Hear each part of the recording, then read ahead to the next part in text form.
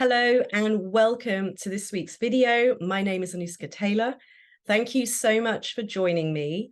And before I get started on today's video, if you haven't yet subscribed to my channel, please don't forget to subscribe. I really do appreciate it. And also, if you enjoy my videos, don't forget to give me a thumbs up, leave me a comment, ask me a question. And actually on last week's video, I was so blown away by how much that video resonated with people. And thank you so much to those of you who did leave a comment, because I know it takes a lot of courage to share your experiences, particularly with the voice. I know it's a very sort of vulnerable, personal part of ourselves. So thank you so much to you all, and it does mean a lot. So today's video is inspired by some other books. This seems to be a theme at the moment, which wasn't an intentional theme, but anyway, that's how we're going. And the video today is called The Inner Game of Voice. And it was inspired by the books by Timothy Galway, The Inner Game of Tennis and The Inner Game of Golf. Now, before I start this video, just want to make it very clear, this video is not about tennis or golf or any sport for that matter, but I want to talk about some of the ideas that he talks about in those books and how actually we can apply it to anything in our life. But obviously, as a voice coach, I want to show you how you can apply this to the voice, because fundamentally it's the same.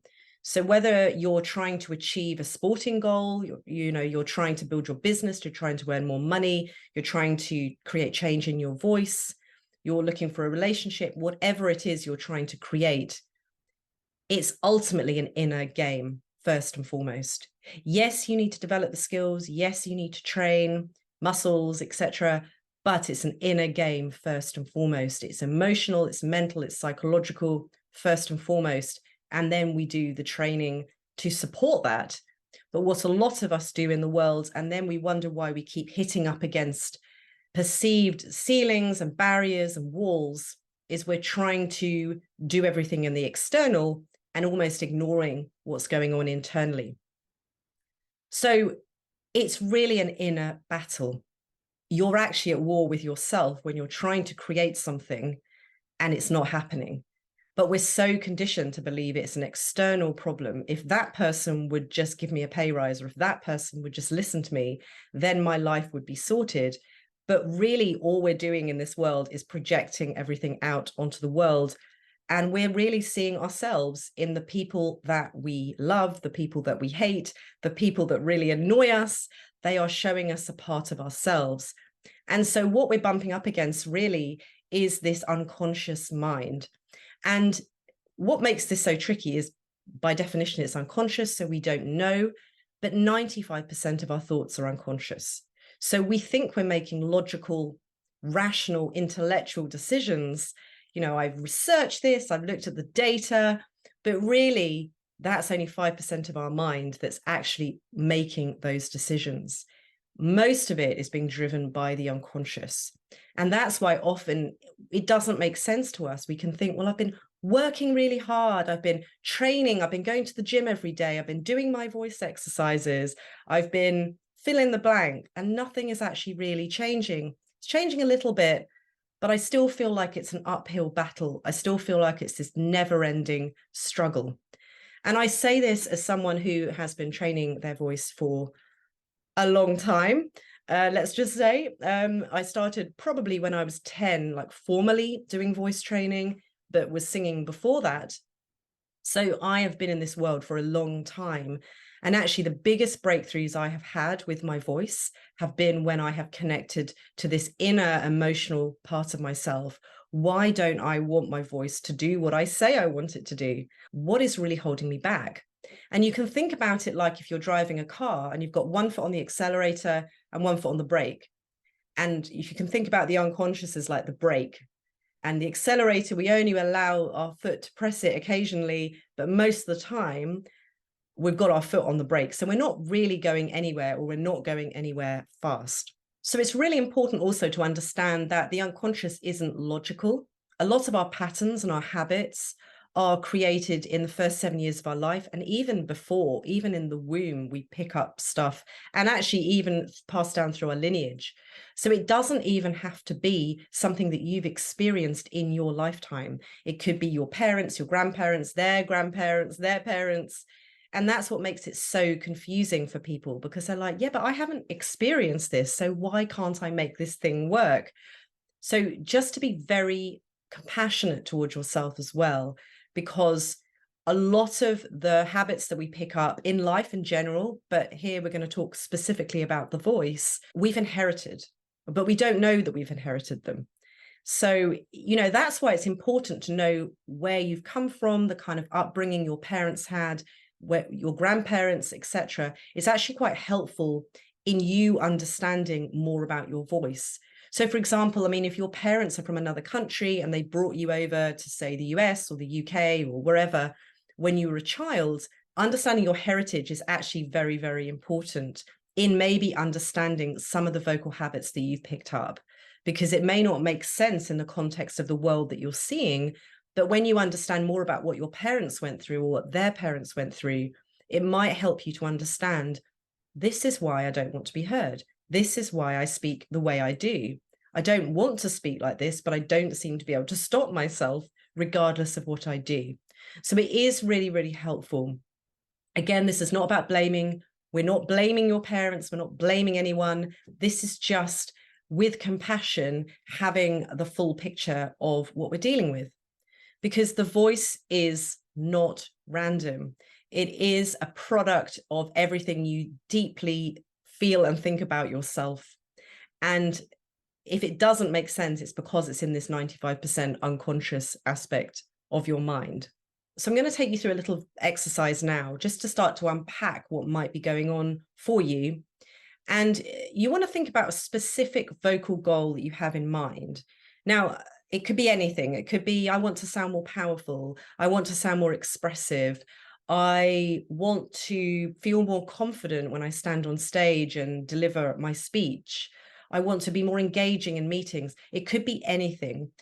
You just write that down. So whatever it is for you, write that down. But I'm going to take the example, because it's so common, of I want to sound more expressive and engaging when I'm presenting. This is very, very common for people and something I help people with a lot. So that's your goal. So let's say, but you put whatever your goal is. So the next question might sound a bit weird, but what is the payoff for me not doing that? So for example, if my goal is to sound more expressive, what's the payoff for me not being expressive? What's the payoff for me sounding boring, sounding monotone, having a voice that no one wants to really engage with? What is the payoff? As an example, it could be, I don't get attention. No one listens to me. I'm not taken as seriously. I might not get the promotion. I might not win the business. I might not get the sales. I might fly under the radar. And then you want to sort of think about, in terms of your upbringing, and even as I say, thinking about your parents, your grandparents, whoever were the major kind of people in your life that brought you up. So it might not be parents, but whoever it was, who were the key significant people in your life growing up? And how did you not being expressive keep you safe? How did that help you survive in your family dynamic? Because there's always an emotional payoff.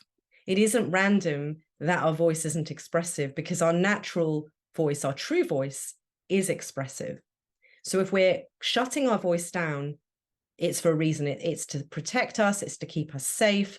It's to emotionally help us survive in the world. So, for example, maybe when you talked a lot as a child, you got told to shut up. You got told to go away, and children are seen and not heard, as an example. So what, for you, first of all, what was your goal? What's the payoff for not having that? Because it's a decision that we've made. It's most likely unconscious, though. It's in this 95%. So I want to be expressive, but I'm not. So let me own the fact that I've chosen not to be expressive, but it's an unconscious choice that I've made. So why might I have chosen not to be expressive? Well, how might that have helped me, saved me, protected me, etc.? So this is the first step, because we have to own it Again, with compassion, because we're dealing with the unconscious here. So you're not consciously choosing this. This is very unconsciously chosen. And then you want to think about what happens to someone who is expressive. So I've done the opposite, because for some reason for me, being expressive is bad in some shape or form. So what happens to someone that is expressive? So think about someone in your life, or someone on TV, or wherever you like. Think about someone that you perceive to be expressive, and what kind of person is that?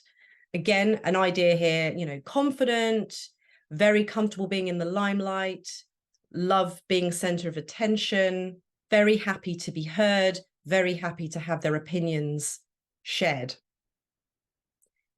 So think about that person and start to focus on, out of the things that you've written or you've thought about, what has the biggest sort of emotional trigger for you? What's like, oh no, I'd never want someone to think that of me.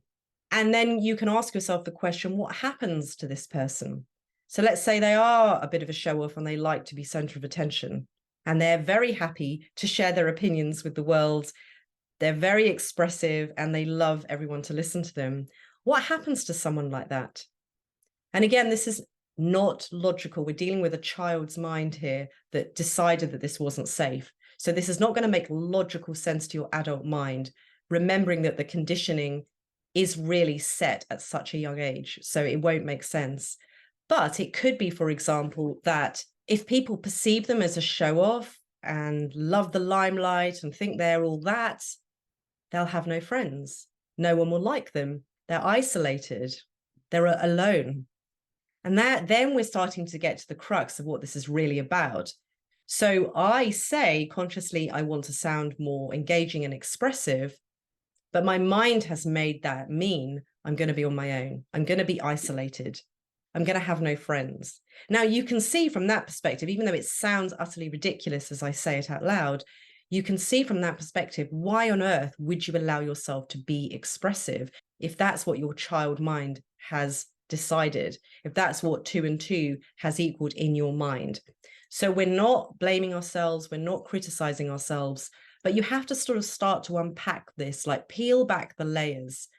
And remember, it's not logical.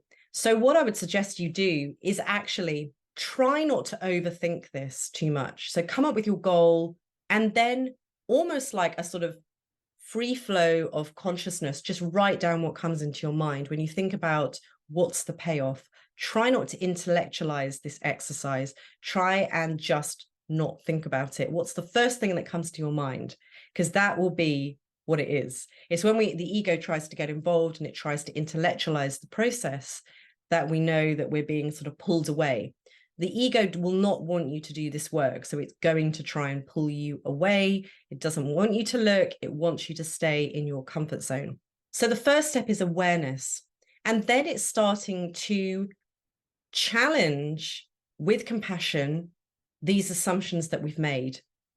So can we know for absolute certainty, 100% surety, that this is true? That if I'm expressive, I'm going to be alone? Can we find evidence in our life or around us of people who are expressive, who are engaging, and who have loads of great friends, are in a great relationship, they have a really great life? Can we find those examples and start to really question this misunderstanding? Because that's all it is. The ego is trying to protect you. So it's not bad, but it's not actually serving us anymore. And actually all it's doing is it's really preventing us from stepping out into bigger roles, into bigger opportunities, and allowing ourselves to go there. So you can do this for anything. Obviously, I'm coming at this from the voice perspective, but you could literally do this with anything that you're trying to create, whether it's more money, a relationship, business opportunities, fill in the blank, better health. Ask yourself really honestly, what is the payoff for me not having this? Remembering it's unconscious, so it's not to blame yourself, but start to peel back the layers. So this is very much the essence of my coaching, because I'm a big believer it's an inner and an outer game. You have to do the physical side, you have to do the training and the exercises, but you cannot just do that. You have to do this inner work. Otherwise, you're always going to bump up against this glass ceiling or this wall, this roadblock, or whatever it feels like the world's kind of against you. But really remember, it's an internal battle that you're fighting. What you're perceiving out there in the world is your own mind projected out. And that is great, because actually then you can see it, because by definition it's unconscious. So that's why this work is so powerful, because we see it in the external, so we can actually start to integrate it with compassion into our lives. So I hope that's helped. If this is of interest to you, if you're ready to go deeper, you are ready to do this deeper work with your voice and actually really step into your power as a speaker and a communicator, I'd love to have a chat with you. You can schedule a 30-minute voice discovery call below, and I can talk to you more about my unique approach, how I can help you. I'll listen to you. I can give you some insight into your voice. We can have a bit of a chat, and then we can go from there. And it really is a very powerful transformational process. So you really have to be ready for this. It's not for everyone. It's really for people that are ready to go deeper and are serious about stepping into their power as a speaker. So thank you so much. I hope you found this useful. As always, please leave me comments below, but I'll see you on next week's video.